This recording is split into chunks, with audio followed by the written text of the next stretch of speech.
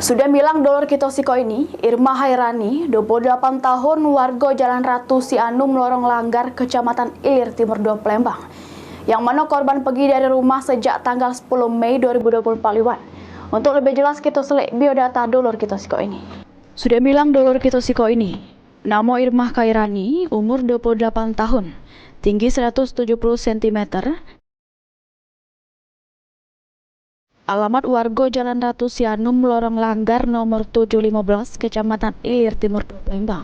Adapun ciri-ciri korban, kulit sawo mateng, rambut lurus panjang, dengan fisik mengalami keterbelakangan mental, galak ngoceh dewek, tapi kalau ditanya wong diem, dak galak jawab. Ada tai lalat di lengan sebelah kanan. Sudah bilang sejak hari Jumat 10 Mei 2024 sekira jam 12 siang. Di Jalan R.E. Marta Dinata, Lorong Satria, Kelurahan 2 Ilir, Kecamatan Ilir, Timur 2 Palembang. Pergi dari rumah guna kepakaian baju kaos pendek bercorak kembang warna ungu, celana chinos kotak-kotak warna biru. Bagi permisa Pal TV yang pernah nyelik keberadaan dulur kita ini, baca hubungi ke nomor telepon 0895 4106 97036 atas nama Selfie, atau ke nomor telepon 0896 8683 2652 atas nama Rian, sama bisa juga hubungi ke studio Pal TV.